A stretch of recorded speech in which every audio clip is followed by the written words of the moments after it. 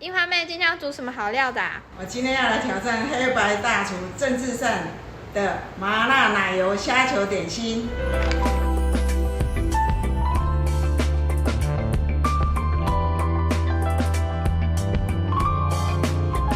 你觉得这道菜最关键的点是哪一个部分啊？首先要食材要新鲜，然后我等一下在熬煮麻辣的酱料的时候，我要特别小心，特别用心。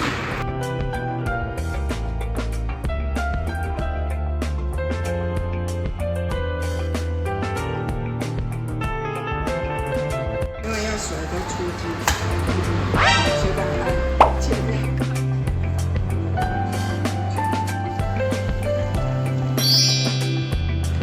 今天挑战大成功，有没有想要再看我挑战哪一道菜呢？下面留言告诉我。